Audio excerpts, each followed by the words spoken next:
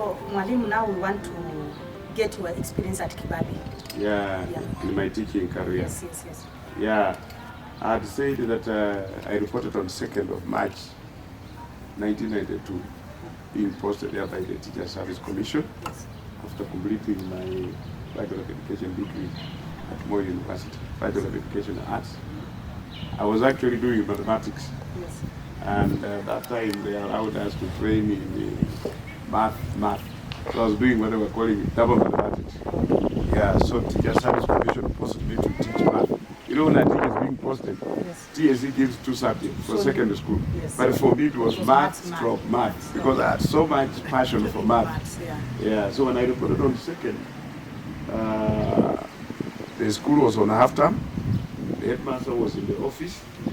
But you know, usually it's the secretary who receives you. Yeah, before you reach the head teacher. I'm sure you have seen that arrangement in schools when you go. You are served by the secretary first before you reach the CEO of the school. So the secretary received me and she was a bit doubtful whether you are the new teacher. Whether I was a teacher, because she had never seen me. So she wanted to, to interview me, sort of, to be sure that what I was saying was correct.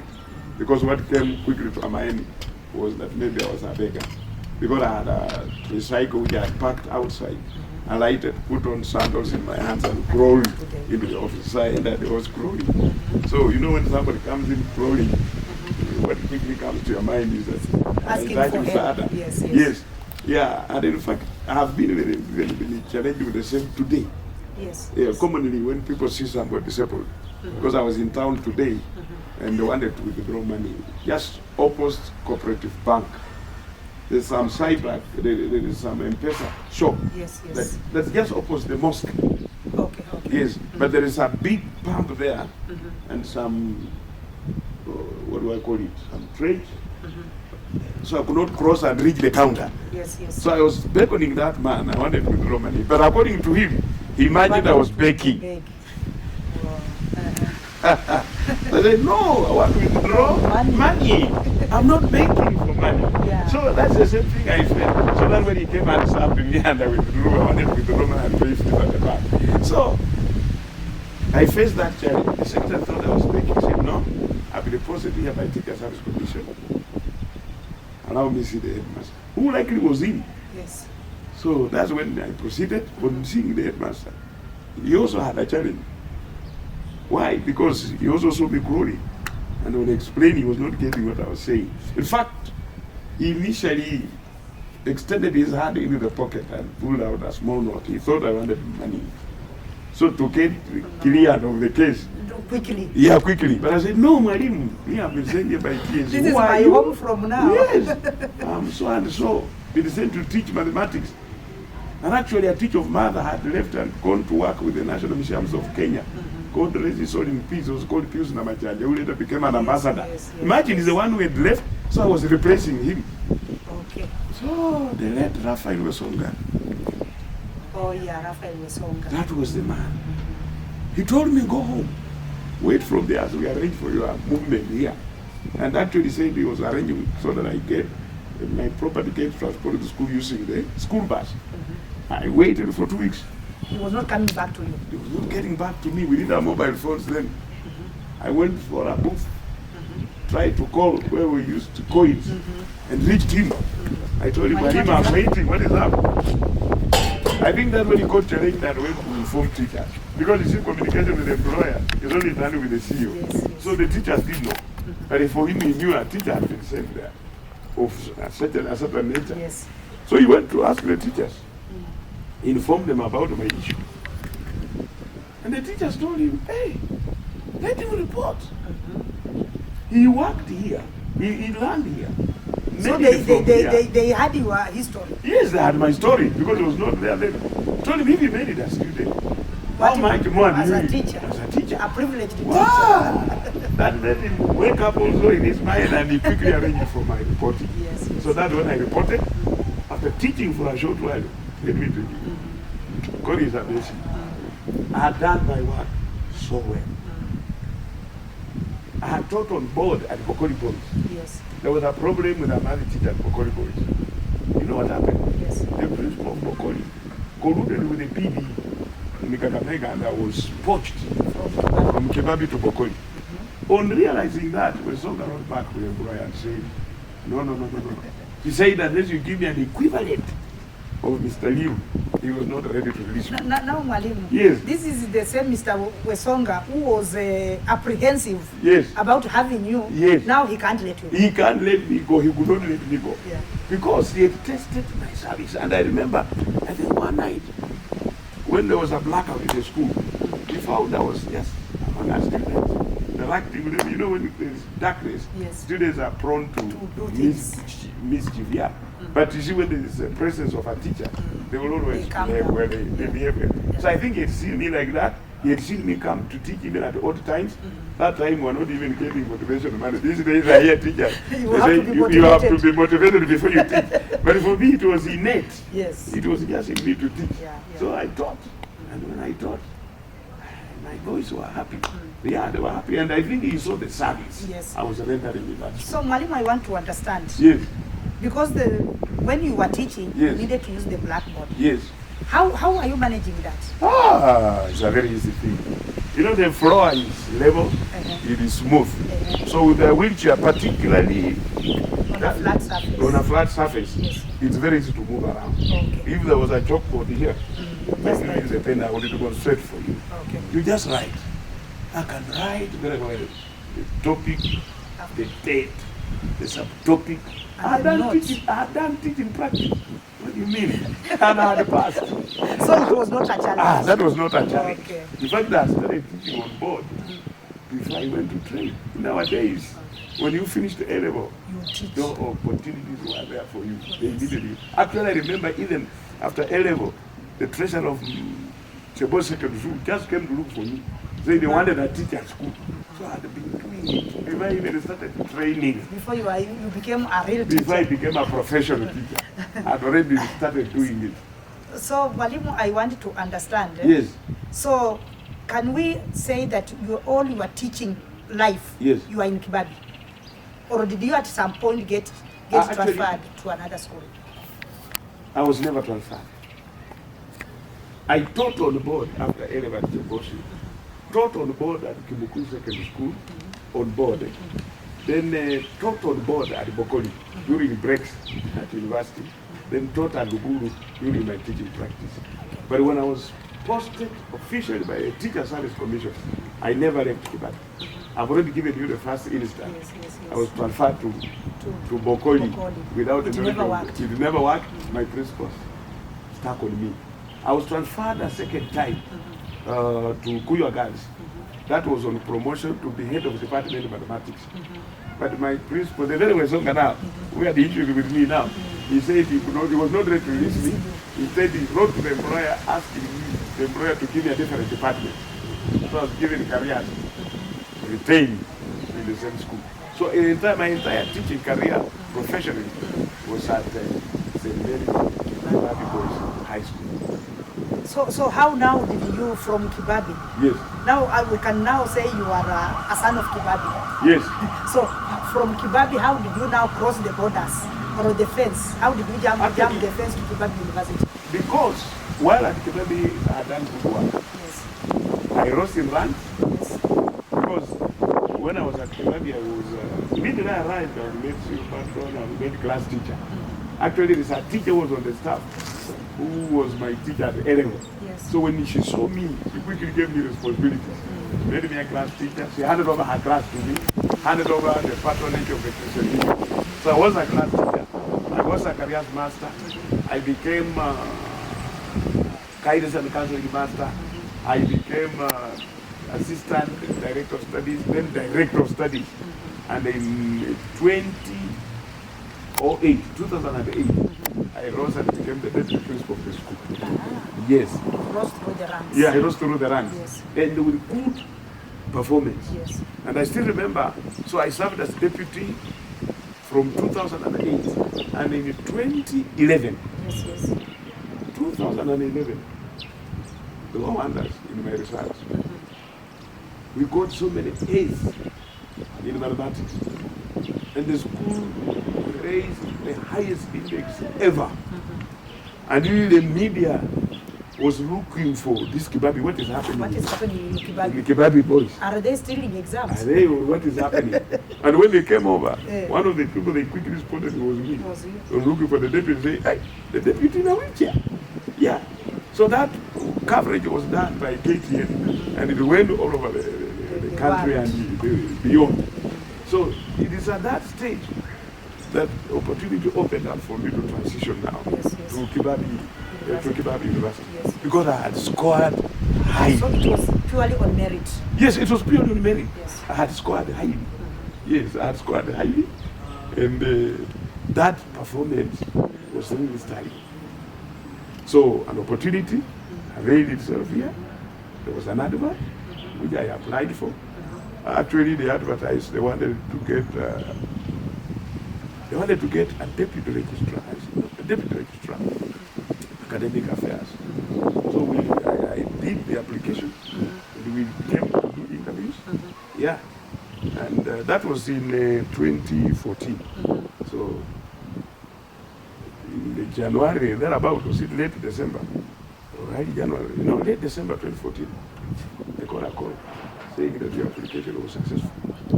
And you are hereby. And then that's how I crossed over and became, and was employed as a senior administrative assistant, academic affairs department. I was interviewed by the vice chancellor, the current vice chancellor, and I was given the opportunity.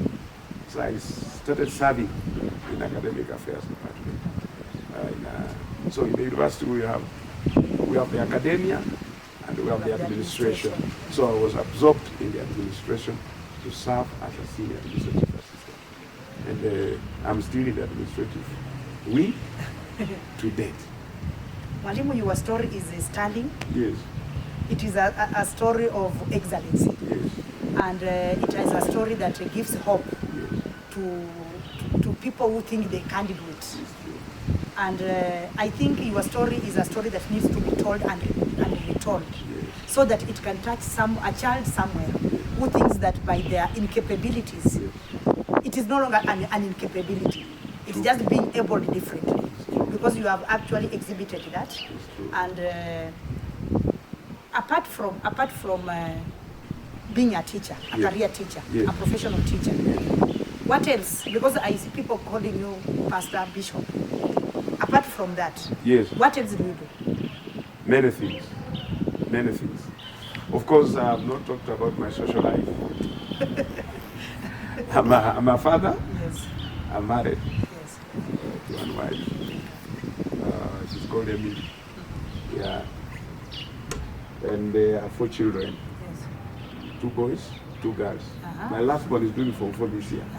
Yeah. Successful. Yeah. Child. Is it a he or a she? A she. Otherwise, my firstborn is called Faith. She graduated. She's working with the Ministry of Interior, based in Nairobi at the head office. My second born is a teacher. It's called Samuel Baraka. Firstborn is Faith Ekima. Secondborn Samuel Baraka, who graduated from Chuka. He's now practicing. He's teaching. He has graduated. My third born is at Cooperative University. He's doing computer science. Then my fourth born and last born is called Joy Salama. She's at Ruya Girls doing Form 4. Yes. That is a successful marriage. Successful. Yeah, beautifully. I normally say beautifully married. Yeah. Yes, beautifully married. We are happy for you. Yes, so away from that, in line to my profession, after I crossed over to the university, it's like school saw me as a person with some experience in matters of schools. So a number of schools started looking for me to serve them on boards. So I've served a number of schools on boards. Yeah, some my term ended, but others I'm still serving to date. But the key on the list was Kibabii. Yes, after I left, the same Kibabii. It's not easy for where you have taught. You have just immediately left and then you are called back. So I was called back to be a member of the board. You can imagine. And actually, they wouldn't let you go. They wouldn't let me go because they felt I still had something for that school. To invest in that school. Yeah, so I'm still a member of the board at Kibabii Boys. I served the Cardinal. My term ended, Cardinal Tunga Girls. I'm currently also a member of the board at Bungoma Boys, where I ran I'm a current member of the board. I'm also a current member of the board, Luguru Girls High School. Yeah, I've been a PA chair even in Nangina. When my child landed there, I was a PA chair. When they saw me the first time, they felt, no, this is the person. So I've been serving schools in terms of board matters up to this minute. Then you say that you have been hearing me called Bishop. I want to make maybe some observation about it. I have a zeal for God because God helped me to reach where I reached. That's why you remember I said, I made a prayer and said, God help me so that I stand and say, Lord, don't continue getting rained on. Yes, so I cannot forget that. So after, actually, I started doing a school-based program in theology. And I've been able to graduate, and I became a leader in my church. Not just my church, but a church I founded with a few of my friends. Yes, not that I joined an existing congregation. No, we sat down, drafted a constitution, and we registered that work. And that work is where I was secretary, became assistant bishop, and today I'm the bishop of that work. Church. It's called Word of Reconciliation. Word of Reconciliation. Yes, Word of Reconciliation. It is now I'm physically challenged, but it's not that the members are physically challenged.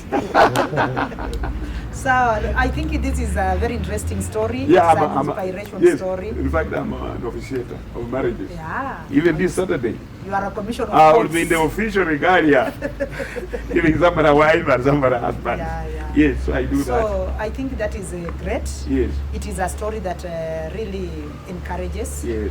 And I think as we wind up, yes, there are just two things I want you to tell briefly. Yes.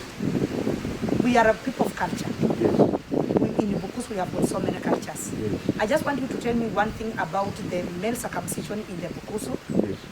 And I think with that, and also the last thing you tell us about the policies you think are in place that are favoring people living with a disability, or what you as a person you have done to be able to help them be able to have a better world than you found it yourself. Maybe briefly. Yes. Yeah. Maybe beginning with the circumcision. What do you really want to know about circumcision? Do you support the African male circumcision? What do you look at it from your nini as a Bukusu man and also as a bishop of the church? I support circumcision. Yes. It's just that maybe, society is dynamic. Yes. But circumcision is very much in order. Yes. Because in our days, okay, let me just get you to the reality of it. Yes. I was circumcised traditionally. I was not taken to hospital. Yes. No, I was just circumcised traditionally. And there is what we went through at that stage that were of value. Yes. They would make you know that you have now graduated, at least from one stage to another. And like our children today, I think some are circumcised so early, so they don't even understand what is happening. So that initiation stage is important. Yeah, maybe the manner in which it's done. Because traditionally, when I look at our community, they have even lost, they don't know what the circumcision really was like. Because today, when I look at circumcision, I have seen the last season even, those who are participating, particularly the youth, they walk around with weapons, which was not the thing. Yes. In our days, they were just singing around the candidate who was to face the knife. Yeah, and it was fun. But the way it is done today, those who participate, I think they are losing certain values on how circumcision was carried out. Yes. So if it was done well, I think it's something we would support. But now the way people are doing it today, they are derailing it. They are derailing it. They are making it lose the essence of it. Yeah, that is it.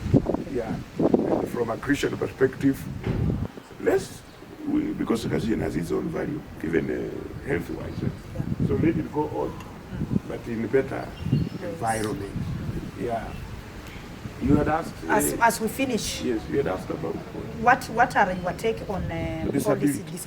Policies. Yeah. Actually, I can say in those early stages, I was not aware on what should have come up. But with the time, we have an improvement. Yes. At least we have some policies. Today, as I talk, we have the Disability Act of 2003. Yes. Yeah, and there are issues where there is some awareness on matters of disability.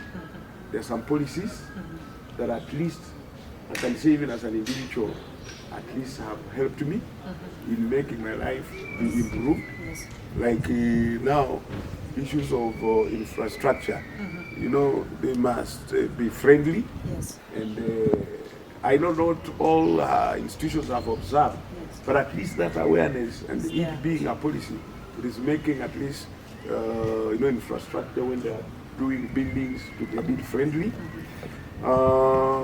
We have the issues of assistive devices, like I know wheelchairs and others. They can be ported free of duty. Yeah, to help people with disability. I know if you put up an institution and you want to keep them with those kind of facilities, you can get them, you can get assistance, or you can still import them without paying duty. Those who are with disabilities, I would encourage them to work hard, because at least the policies are now supporting them. Like one, even in appointive positions. Yeah, actually at all levels, right from the national government, the county level, it's a requirement that 5%, in fact, of the appointed positions and even employment, affirmative action should go to persons with disability. Said that some are not doing it, and we can even still pursue it with the authorities. With the authorities, and I know. So that one at least favors, and they can help. So let people with disabilities not look down upon themselves, because we have now room for them to express themselves, and be heard. And they will be heard. Then we have opportunities. Like I can give maybe specifically 3 things about myself where I've benefited in view of persons with disability. Maybe what I've not benefited is this. There is what do we call it? They can subsidize. They can pay fees for you, some percentage. Yeah, the National Council for Persons with Disability. They have some funding for students with disabilities to up to undergraduate level. Yeah, beyond that, no. Yeah, but they can support up to that level. Then something else that I've benefited personally. Of course, I've said now assistive devices or wheelchairs or whatnot, you can get them at lower rates. But what I wanted to remember personally affected is on income. Yes. When you are salaried, there's some, you are exempted from tax to some. All your salary or part of up to some level. Up some limit. Okay. In fact, specifically it says up to a maximum of 150,000. Okay, so if you earn more than that. If you earn more than 150,000, the extra is what is taxed. But if you're earning 150 and below, the whole of it, you will earn it free. And which I've experienced. Which is a good thing. Yes, which I've experienced. I was not being taxed. Actually, this came into force. The act was 2003. But I think there was a problem in awareness, implementation, enforcement of it. So for me, I started benefiting was it 2010. Thereabout. Okay. Yeah, so I started not paying tax from that moment up to now. I don't. You get all your money. I get all my money. They only tax me what is extra. What is extra? Yeah. In other words, I'm telling you, I earn more than more that. Than 150. And also you can drive your car. Okay, so that is one. The extra is not taxed. The up to 150 is not taxed. It's only the extra you pay tax on. Or like for me, I pay tax on. But if your salary does not exceed 150, you will get it free. Then 2, there is another benefit I'm getting. The SRC, Salaries Remuneration Commission, they came up with some allowances. And there's an allowance for the blind, the deaf, and the wheelchair users. Yes, wheelchair users, the blind, and the deaf. Yes. Yeah, there is an allowance that is given. A maximum, it is a fixed rate of 20,000 shillings a month. So I'm you are paying getting that. Yes, extra. I get that. I get that 20,000 per month. Yeah.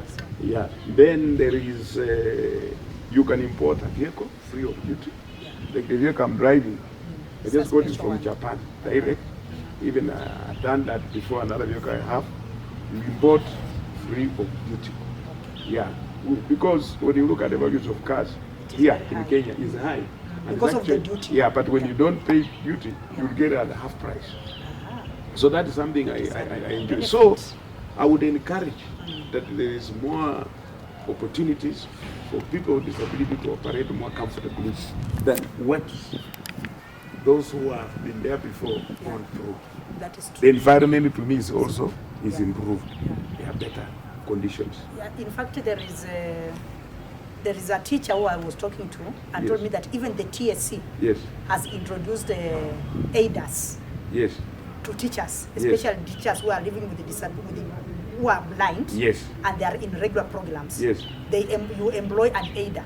No, that's what is taken care of by that 20,000. 20,000. Oh, okay. We call it guidance allowance. Oh, okay. So that money is meant to facilitate you in your operations.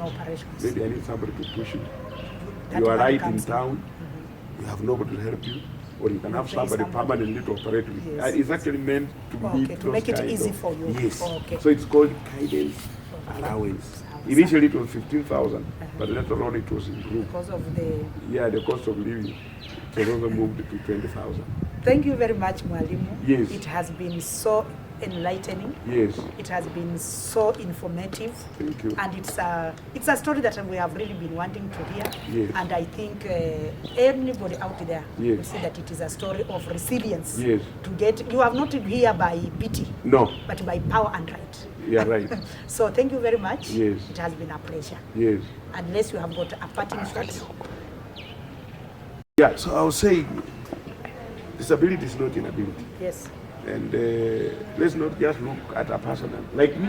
When you look at me, you can assume me. And dismiss you. And dismiss me. But there is what I can do that even if people on 2 feet cannot do. That is true. Because like for me, I have a family, which I run peacefully. People come for counseling. Yes. So disability is not inability. Let's be given opportunity. Yes. Even in appointive positions.